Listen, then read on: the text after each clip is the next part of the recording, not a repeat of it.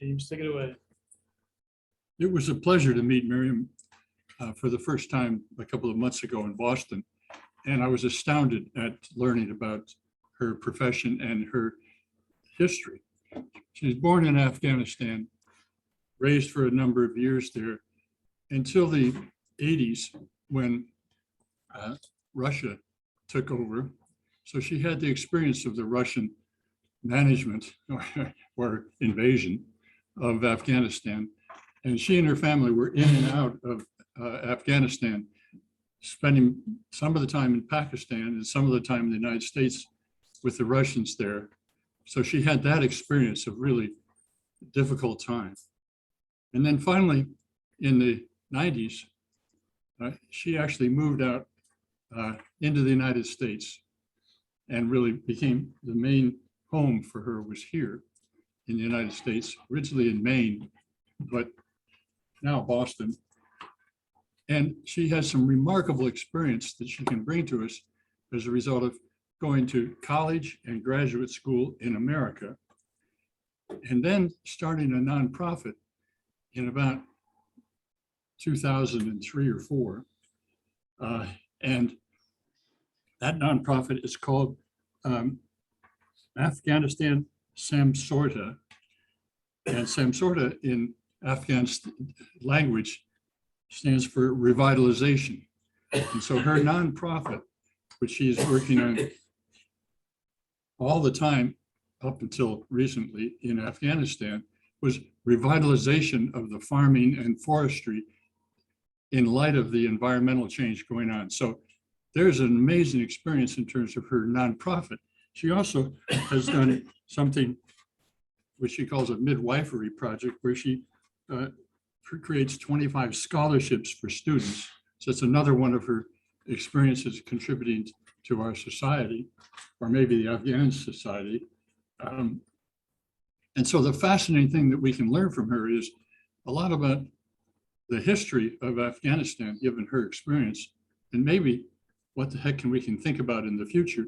But secondly, dealing with the environmental change that we are actually looking at in terms of our forestry, which she has written about, including, there's one of her favorite articles, which I enjoyed.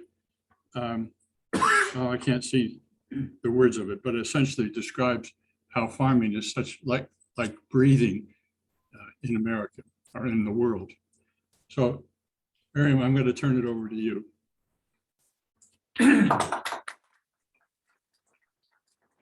My goodness, good morning, everyone. And thank you, James. What a lovely introduction. Thank you so much for reading my story, because you got quite the gist of what I've been up to for the last couple of decades, if not all my life. So it's lovely to be with you this morning. I have to admit, though, I would love to be sitting with you in person right now and speaking. I'm a face-to-face kind of a person who sits, you know, and has a conversation, but this will do just fine for the time being. So wonderful to be with you, and thank you so much. And it was good to get the administrative bit of your meeting as well, to know how active you are. And I was introduced to you by James Kelly, of course, but then before that by a lovely, lovely, beloved friend. I think we might have her as a friend mutually with a number of us here, but Julie Norman, who said this would be a good opportunity. So here we are. Again, I'm just going to say it's so good to be with you. There are some very trying times these days, and it's wonderful to be with people who are receptive to hearing messages and learning more about the world. And so here we are. A little bit background of information about myself, since we don't have the whole day. I was born in Afghanistan, in that beautiful, mountainous, incredible place very far away from here that seems to be on the news every single moment, not for reasons that I care about, but there. And what a life it was until age 5 or so. A beautiful green place, valleys, mountains, lush, incredible place. And I'm from rural Afghanistan. My family's from there. And we have land in Eastern Afghanistan as well. So that's where I grew up, with trees and and land and crops and dignity and love and comfort and safety and security and stability and all those things as human beings that we love and admire and we cherish and we work so hard to achieve. So universal. And within a very short period of time, that world was absolutely decimated in so many ways that I still deal with it in my 40s from the experience I had as a child, with the loss of life that was tremendous after the Soviets invaded the country, and a loss of so much that I cherished. And so here I am at that stage learning to grow up and not just, here I am trying to manage to be a child, but also trying to learn to grow up and survive as well, and to take care of the people around me whom I love very much. That's very distraught. It's very alarming still to me. It made me feel very sad for a number of years. It also gave me the drive to work very well and hard, and taught me to love the planet in a number of ways. And you're probably wondering, what that means exactly, but it just taught me how precious life is. That experience with the Soviets taught me how precious life is, how fragile it is, how it needs to be protected. And by age 8, I had to flee the country with the rest of my family, as did millions of other Afghans. 6 million, at the time we had a population of 16 million. 6 million people left Afghanistan, fled, I should say, for their lives in the 1980s due to the Soviet invasion. And that began the Afghan diaspora. And I was a member of that diaspora as well. We lived in Pakistan for a number of years. My father has a military background, received his training in the US in the late 60s, early 70s. And so as a result of that connection, you're probably wondering, why did I end up in the US? Well, it was my father's education that brought us here. After the Soviet invasion, he went to the US Embassy in Islamabad in Pakistan and presented his papers, and they said, okay, you have political asylum and you leave within a month or so, which is so rare and so exceptional, because goodness, how I wish that would happen for a number of people right now. And then after that, to fast forward, I lived in Peshawar as a refugee with millions of other people. I had the privilege of living in a home, and I'm grateful to my parents for that. Millions of others lived in refugee camps and tents under the elements, at the mercy of the elements, without much food, with scarcity of water being rationed, scarcity of food, of course, as I mentioned. Education is a privilege at that point, so don't even expect to have any schools in these refugee camps. And trauma beyond trauma. So this is what I'm trying to explain, of what a war environment is like, and what it is like to live through something like that, and what it is to survive that sort of an environment, and then to possibly even thrive in the sense of accomplishments, of trying to contribute to. I think James earlier, from his experience with oh my goodness, I can't believe I've just forgot his name, Deepak Chopra, a service who's so famous, how dare I forget, who's so, in his note that I noted was contributing, public service. So all of this experience of war and trauma taught me about public service as well, and for that, I'm grateful, and for my family, I'm grateful for the amazing friends I have. I'm grateful.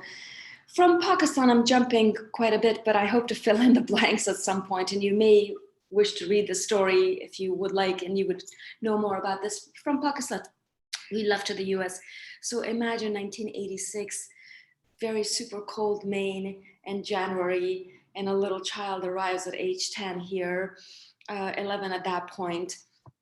with a bunch of other little girls too. I have 5 other sisters, 4 sisters who were born in Afghanistan. The last child was born here in the US. And so here we are, these tiny little beings who are in Portland, Maine, of all people, in January, trying to find security and safety. Don't we do that as human beings everywhere? And there it began, the comfort of that, the chaos of life in the US in the late 80s, and also the opportunities that were provided were just exceptional. The abundance of food in the grocery stores is what I found exceptional. That the schools had playgrounds is what I found exceptional as well, because goodness, who had time for a playground when I was a little girl, after age 5. And so these were the things that just impressed me about the US, this sense of responsibility. I'm a military person from my father's background, so punctuality is a big thing in our household, and Americans are very punctual in so many ways. And so all of these things were like, oh my goodness, things work here. As to a little girl, that was heaven. And then being enrolled in school at 5th grade, and then living here for a few years, and then we went back to Pakistan. My family was involved in development work, and my father very much was connected to his country and wanted to work there. This is again still the late 1980s, and the Soviets are still in the country, and just about to flee as well, just as they had made us flee a few years ago. They were also ready to give up their invasion, which was a very good thing. I have some ducks downstairs in the ponds. You may hear them, excuse me. But as I'm in the US, and also as I'm with my family, we're also thinking very much about what to do. As I mentioned, my family's in development work, so I'm very much aware of what the Afghans are experiencing in Afghanistan and refugee camps as I'm growing up here in the US. We returned to Pakistan for a bit to work, so my father could work there. Life was very dangerous there. And as a person who was an advocate of women's rights throughout his life, especially children's rights, animal rights, human rights, they were his thing. His priority was not his career. His priority was his children. And so he brought us back to the US. And that's when I enrolled in college and things began to pick up. I was able to really focus on schoolwork, and I studied religion, which was my passion. I studied politics, also my passion, and really the connection between the two was really what made my heart skip a beat. How is religion used as a political tool to promote politics, and vice versa as well? And this was something that I had studied as an undergraduate student, that I would now study as a graduate student as well. And it was really incredible. And I think I was trying to also learn about the issues in Afghanistan and really global politics. And from a religious and from a perspective of religion and politics, I was able to understand quite a bit of what was going on in the country. Now, again, a little bit more, how is it that I do the work that I'm doing right now? So a love of nature, a love of peace and safety and security, and a tremendous love for this planet is what got all organized eventually and harmonized, and eventually in graduate school, I finally had an opportunity in 2003 to return to Afghanistan. You imagine, I hadn't been there since the late 80s, since the mid 80s, and returned, and oh my goodness, there I was able to see firsthand the devastation of the war that I read about, that I heard about, that I experienced, of course, from thousands of miles away in so many ways. But there's something to witness when one breathes that air and walks in that rubble to realize that level of devastation. And I knew the years of thinking of what would I do eventually to participate, and trying to make that country better, and also trying to improve this planet as well. And so I realized, yes, my family has a background in providing schools to young children, even during the time of the Taliban first season when they were around back in the 90s. We had underground schools. My uncles were reforesting the country at the time when the Soviets were bombing the country, and all of these things. And my uncle founded a hospital in Peshawar for refugee women and orphan children. And so I thought all of these projects are incredible and every project worthwhile for me to participate in. But let's start at the very ground level or even beneath the ground. And so that's why farming became so essential to me. And also I had a knowledge of Afghans as farmers. 90% of Afghans are farmers back in the 80s or even before that. And that's how they sustained themselves. And during the war years of decades of war years, that farming was devastated. The Soviets bombed, the Mujahideen, the resistance bombed, landmined, destroyed the wells, everything. And so how to try to resurrect that seemed something of primary focus to me. And with conversations with farmers, I realized, oh my goodness, and this was something that comforted me, because in the middle of so much devastation, I realized there's so much to do still. Yes, millions of people died, including members of my family, in this incredible, needless war. But what do we have now? Right now, we have land and we have people. So what do we do about that?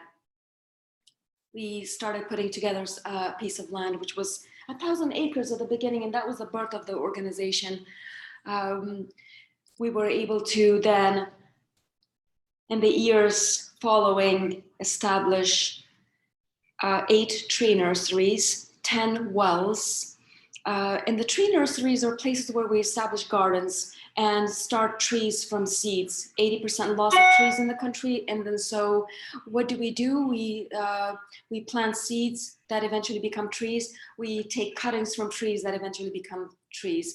And we have them established in these 8 different nursery places within the year. And then at the end of the season, which is in January, which is what I'll be there for this year as well, fingers crossed, and I have every intention of being there, is when we transplant. And that goes to thousands of people, the trees, shade, fruit, all of that. So you're from New Hampshire, I'm from Maine, Massachusetts, New Hampshire, and we are tree people here. And think of all of the incredible benefits that they provide.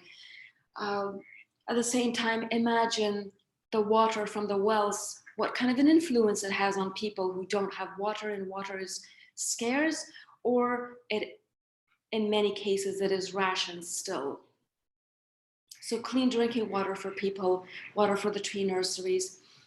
And then for the wells, we actually provided solar panels, which is, think about this also, please, if I may suggest, 21st century technology in its highest form, combined with thousands and thousands of years of traditions, knowledge, experience, expertise of the Afghans. That combination is quite brilliant as well. So this organization brings a number of different projects together. I hear so frequently Afghanistan is in the dark ages, it's in the medieval times, and then I wonder, possibly some ideas are very outdated. I agree with that. And so many of the actions and things that take place domestically and also externally are so archaic and so out of date and so unacceptable. And yet here we are also working with technology and trying to improve in so many ways.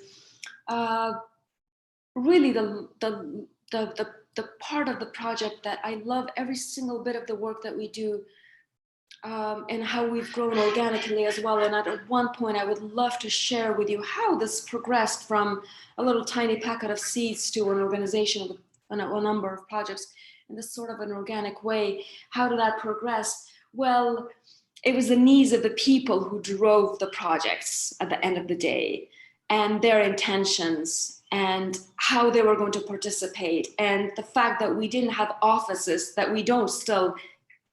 Greg, I'm always all out of time, am I not? No, you're good. You know, forgive me, I speak for hours and then I'm wondering if they're like, done, you're done now. Oh, you're fine. I just wanted to switch the view. You can see everybody. I wanted to give 15 minutes so we could discuss, because I like engagements, and here I am. Forgive me, I'm not talking at you. I'm just, this is such a monumental project, so much to share that I just try to fit it in, and I don't want to do injustice to it. So eventually I'm just going to keep quiet and ask you to participate as well. And there's so much to share with you, but the nursing and the midwife project is what we had just approached. And for a population that has issues with health in so many ways, because we don't have professionals to take care of these things for us, and because in many cases we're illiterate as well, so we don't know how to read medicines, and because in so many ways we don't really quite know how to take care of ourselves, not because we're not intelligent, but because we've been devastated in so many ways that we tend not to remember to take care of ourselves. We worry about survival, and so while that's taking care of ourselves, we don't think about long-term sustainability. And so the midwife and the nursing project is very important to me in a country where women are so vulnerable. Every single member of the population, and I'm not going to say just women, because men also in their own ways, they are very vulnerable, and boys as well, that this group of midwives, we've graduated half a dozen so far. We have 20 students, 25 students at the moment, and I intend to enroll 20 more in January as well. These persons, with their education, change, transform. And if I can explain to you from the very beginning what it is like for them to be enrolled and how that transforms them to a person who is empowered in so many ways right away, who feels like they know how to take care of themselves, and that they know how to take care of their loved ones. Because let's face it, at the end of the day, I feel great when I'm feeling well on my own. I feel pretty terrible when my loved ones are not well, you know. And so in this case, these young women, and we have a few young men as well, are right away very powerful beings, but they also become mobile clinics as well, which is something that a dear sister who's very smart said to me, well, now you've got mobile clinics, because wherever she is, wherever he is, this young person, that's where she's able to check for blood pressure, for diabetes, for whatever other kind of ailments that we can prevent in the future that we don't know much about for the time being. So that's just a little bit of a scratching of the surface of what I do. And I've just given you a couple of minutes, I think, to send some questions. There's so much to share, and I would love to do that in the future. I have a story of this as well, and I'd love to share that with you as well. And then what to do. So we have collectively felt very sad and very heartbroken in the last few months, and probably in the last couple of decades, with what's going on in that part of the world and how it is so connected to us as well.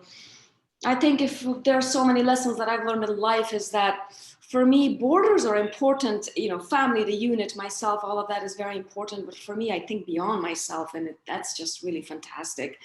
When I don't think, you know, that's the border, so beyond that, it's beyond me. No, for me, it's the planet. It's so much more. So that's why this work becomes very important. It's the connection, this collective experience that we've shared, and then what to do about it, the collective experience that we shared in the trauma, and then what to do about it in the future. So I wish I could erase all of the images from the news, and I don't actually watch mainstream media. It's not healthy for my head, so I read a lot, and I get a lot of my information from the ground there on a daily basis.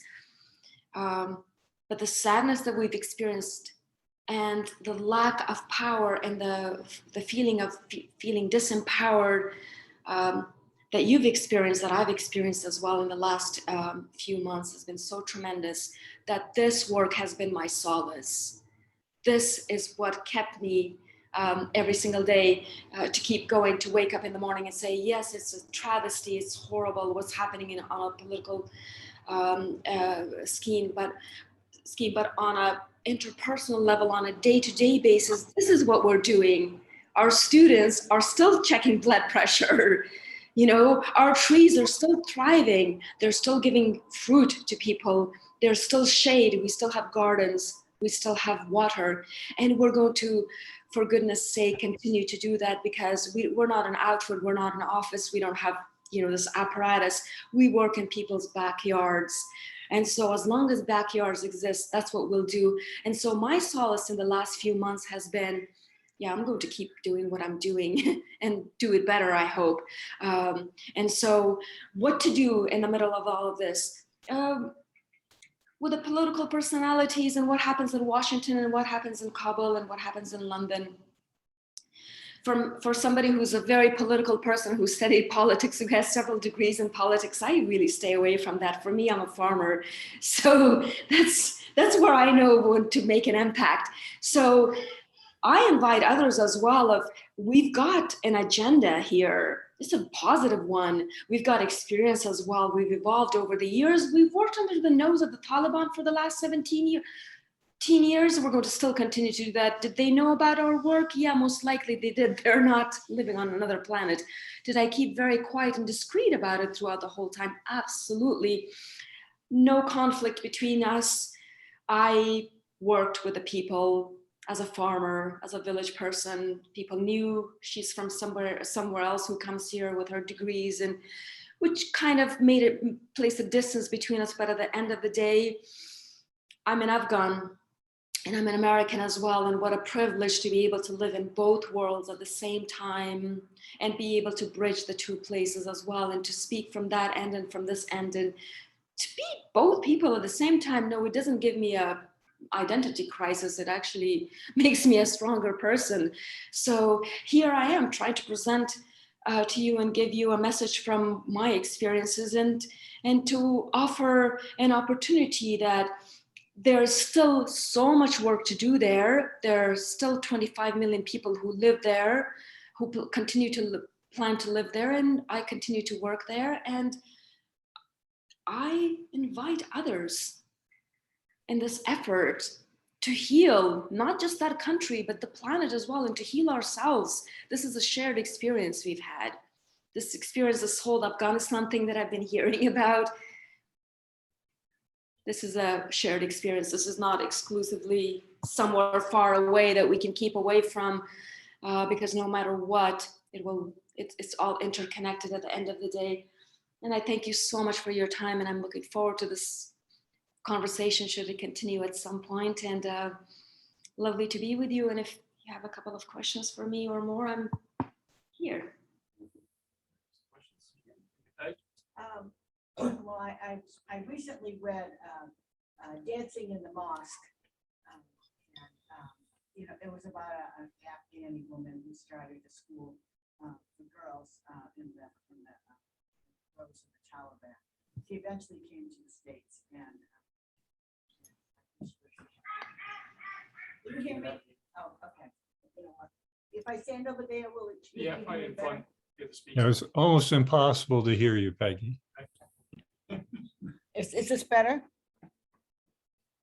Yes, I hear you just very well. Thank you. Just earlier I missed some.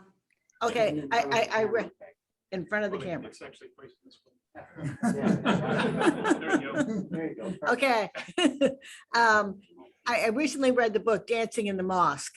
And it's about an Afghani woman who started a school in the middle of the Taliban in the 90s. And it was very eye-opening. And I can't even imagine what it's going to be like to go back to that life. And it's heartbreaking. It really is. But when I think about all the things that you're doing, what do you think is the most important for a group like us to get involved with, or to help with, or to just, understand better? Wonderful comments. Thank you so much. And I am sorry I missed your name. Peg. Peg. Good morning, Peg.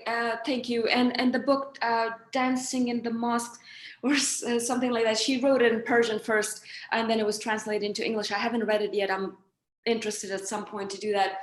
And if it's a sort of an explanation of what life was like during the 1990s at the time of the Taliban, what a nightmare, and good riddance, and may that never come again. And no, life was not going to be like that way in the future, because we've changed also, and we won't tolerate that. We will not tolerate that. In that country, I will not tolerate that as an individual, as a professional, and nor should you as well. So having said that, and how to become involved of all the projects. Well, what resonates with you, Peg? Here we are planting trees, digging wells for clean drinking water, and the nursing and the midwife program, which is so dear to us. Once we have these people educated and trained. I mean, my dream is, I founded the program 3 years ago, and my dream was that by year 5, we would have 2,000 students in the program. And so while we don't have, anywhere near that, I don't know what's going to happen in the next couple of years. What have I done is I've been very much in touch with the various institutes where these students are being educated, because you're probably wondering, does she educate them? No, I'm not. I'm a political science, social science person. I don't know anything about medicine. So they're studying in their local institutes in the country. The organization provides the scholarships to them. All right. And so I've been in touch with the schools, of course, so I'm already involved with several thousand students as it is, in terms of how to connect with them, what to do to improve their education systems, and also how to support them from the outside. For example, there's an organization in Maine that provides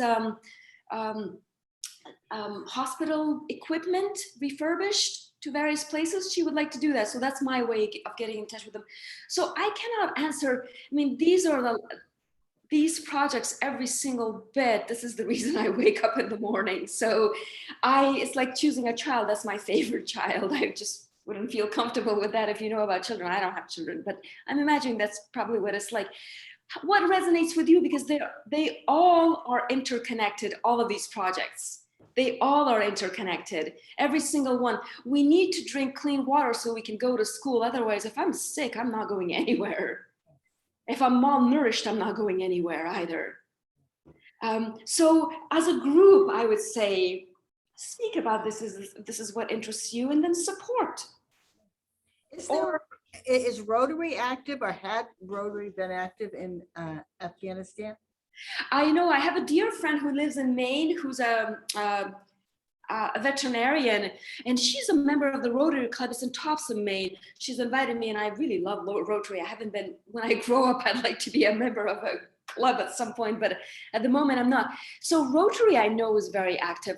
I know that her group also, and I know it's international as well. I wish I knew a little bit more to share with you, Peg, right now, but Rotary is active to an extent, and Rotary can be active in the future as well. These means are within us. I'm not going to wait for the leadership from the Taliban to tell me what to do, because I'm not going to fight with them either, but I'm going to do my work. And I'm not going to worry about what Washington dictates to me either, because so far they've really neglected me. So when you say, what could Rotary do? We do whatever we want to do within reason, of course, as we are inspired. And the world is far more connected than we actually realize. I'll give other people a chance to ask questions. Thank you, Peg. Thank you. I wish you a good day.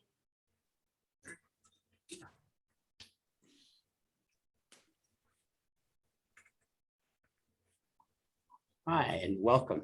Oh, hello. I'd like to ask 2 questions. One, how do you communicate with or transfer monies or resources to your associates in Afghanistan? And what are the more immediate needs that you have? Are they financial? Are they educational? I mean, how can we perhaps help? And do you have a way for help to get there? Oh, and that's, I'm sorry, May. Oh, I'm Harry. Yes. Yeah. Harry, I'm so sorry. The first part of your question, or your comment, I should say, the very first part. Well, I guess the essence of my question is, how do you work with the people in Afghanistan now under the new conditions? And the second part was, how might we provide support or resources that you can fruitfully use in Afghanistan? Thank you, Harry. Thank you, Harry, so much. Okay, so how do I work with them right now? I'm always very cautious, absolutely. I realize I have to adapt on a daily basis, if not, on a moment by moment basis to find out what is the safest and best way to go about this. We're a very small organization. We don't have the fancy fanfare of all of that office and all of that, but we have, it's the people who are doing the work. They're the people who show up to work, is whoever wants to plant the tree or whoever wants to go to school that day, so they're responsible for that. And how am I continuing with that right now? Also very discreetly, very quietly, not drawing attention to myself, the individual, which is, something, and also the projects as well. It's people doing their work, go about their business, so people leave them alone. And what am I working on in the next few months? Well, I have a trip coming up, and I have every intention of being there to do the work, to continue to do the work that we're doing. And the part of my work, you might find this very interesting in a number of ways. The part of my work that seems to be really challenging is the finances of it, trying to finance my work. And of course, the environment and the safety and security is also so important as well. But the finances are really challenging in so many ways, because they're at the mercy of the individual. And, sometimes people want to give, sometimes they don't. Last year, for example, for COVID, I lost a good portion of my funding. And of course, for a very vulnerable population, that's not a good thing. So what do I need help on right now is that I'm raising funds. It's $40,000.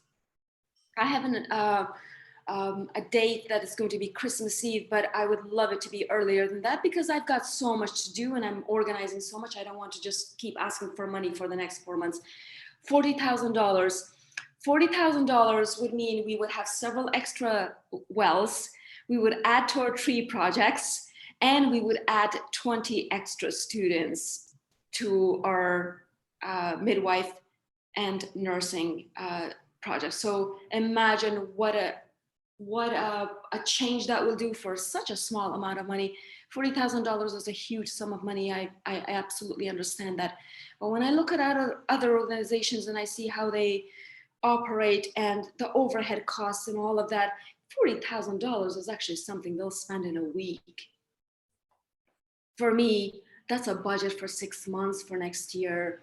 And it will set up the organization in so many glorious ways. So I fundraise throughout the year. Is really the most challenging part of my work, because I know the rest. I know what to do to plant the trees and all of that. But with the fundraising, it's incredibly challenging for me to reach out to people and ask for money. It is actually a very difficult thing for me to do that.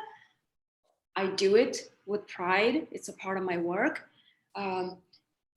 It would just alleviate so much of my pressures if I didn't have to worry about the funding. So it's Harry. It's in a nutshell, it's how can people help at this moment? The $40,000, reach out to others. I love to talk about my work. I love to talk about my work to promote it and to generate interest in it and to generate support for it. I also love to talk about my work to show this is what we're doing, people. And this is a gift to the planet as well. And that I learn from others and that others learn from me, and that is a collaborative effort. So any kind of an opportunity for me to speak about this work and to promote it in the next couple of months and forever is something that I would look forward to. And any group individuals who would like to contribute to this effort, of course, is great as well. Thank you. Questions?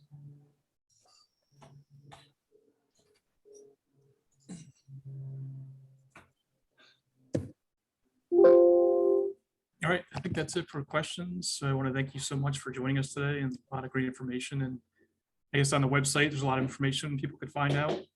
Yes, please. Yes, great. We have a website, and as you know, we don't provide too much information or photographs. I don't like to identify places and spots, if that makes sense. This is how we've operated for years.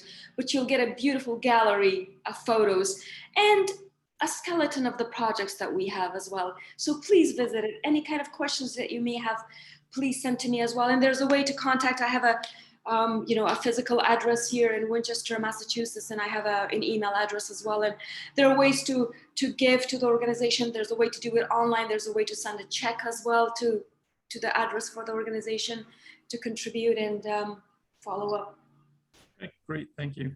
And the organization Yeah, I'll send out, website. yeah, well, I'll send out in the email information about the website so everybody can see that.